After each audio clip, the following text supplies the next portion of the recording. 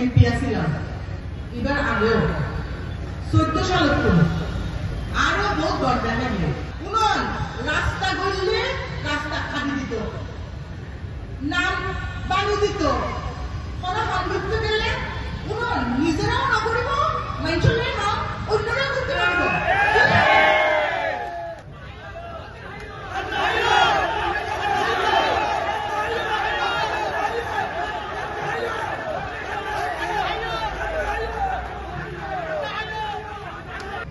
জনগণের প্রতিনিধি জমিদার না,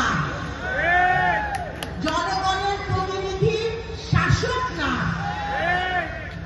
এইটা আমার নেত্রী মাননীয় প্রধানমন্ত্রী জননেত্রী শেখ হাসিনা আমাদের বারবার মনে করিয়ে দেন।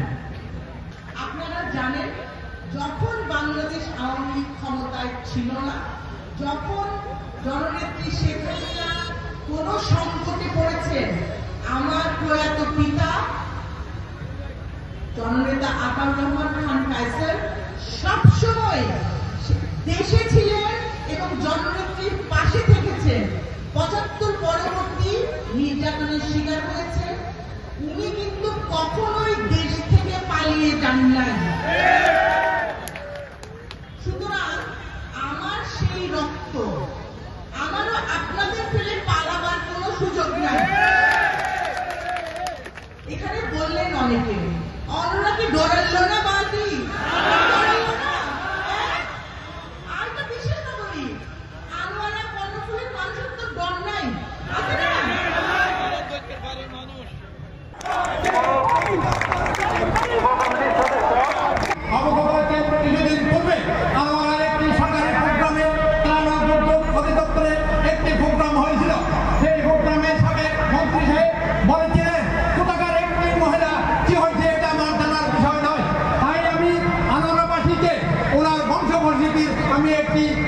যখন জাতীয় আন্তর্জাতিক পর্যায়ে পত্র পত্রিকায় উঠে আমাদের কলঙ্ক হয়, আমাদের মাথা হেড করে থাকতে হয়, নিচু করে থাকতে হয় যে আমাদের জনপ্রতিনিধিরা যদি বিদেশে যদি টাকা পাচার করে পত্র পত্রিকা এবং রেডিওতে আসে, টিভিতে আসে, তাহলে আমাদের মাথা হেড হয়ে যায়।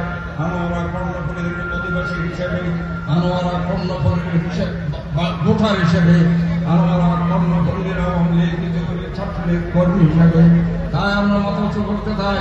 আমরা বলে হওয়ার সময় আনোয়ারা স্কুলের মাঠে আতাউর রহমান খান কায়সার, আখতারুজ্জামান বাবু, M A Hannan, MR Siddiqui সবাই উপস্থিত ছিল। আমরা মারামারি করে পশ্চিম আনোয়ারা থেকে পূর্ব আনোয়ারা কলেজ করেছি। কলেজ করার সময় প্রতিষ্ঠাতা ছিল 10 জন, এখন বাইরে সাইনবোর্ড লাগাইছে একজনের নামে। এটা তো আমি এই ঘটনা তো কিছু বুঝতে পারতেছি না। আমি আজকে সবার পক্ষ থেকে সবার নাম অথবা যে একজনের নাম আছে সেটা সরানোর জন্য অনুরোধ জানাচ্ছি। সেই মেরিটাইম বিশ্ববিদ্যালয় সমগ্র বিশ্বের মেরিন ইঞ্জিনিয়াররা এখানে লেখাপড়া করার কথা ছিল এই আনোয়ারাতে এসে। সেই মেরিটাইম বিশ্ববিদ্যালয় গেল কোথায়? সেই মেরিটাইম বিশ্ববিদ্যালয় চলে গেল কালুরঘাটে।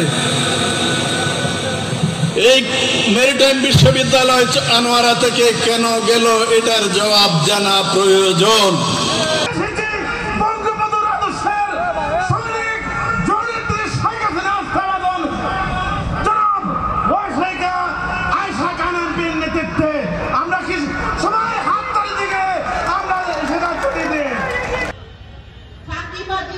দিবেন না, কারণ সরকারের অর্থ আপনাদেরও অর্থ, ঠিক কিনা?